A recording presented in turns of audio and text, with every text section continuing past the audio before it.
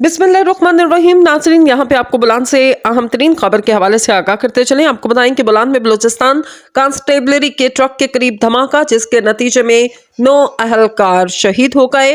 बुलान में बलूचिस्तान कांस्टेबलरी के ट्रक के करीब धमाके से 9 अहलकार शहीद हो गए। पुलिस के मुताबिक बलूचिस्तान कांस्टेबलरी के अहलकार सिब्बी मेले में ड्यूटी के बाद कोयटा वापस आ रहे थे।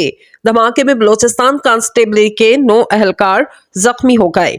पुलिस का कहना है धमाके में जख्मी होने वाले 3 अफराद की हालत अब भी तशवीशनाक है, जिन्हें सीएमएच से भी मुंतकिल कर दिया गया।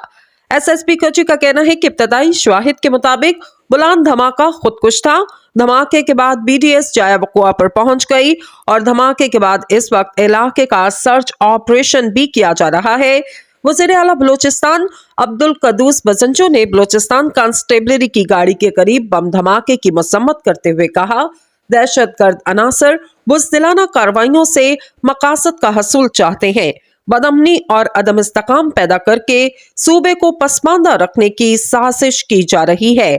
अब्दुल कदूस बजंजो का कहना है, ऐसी तमाम साजिशों को अवाम की हमायत से नाकाम बनाया जाएगा। उधर आपको बताते चलें कि वजीर दाखिला की जानिब से भी वाक़या का नोटिस ले लिया गया। वजीर दाखिला राना सनाउल्लाह ने बलूचिस्तान कांस्टेबलरी के ट्रक पर हमले का नोटिस लेते हुए मुतलका हुकाम से रिपोर्ट तलब कर ली।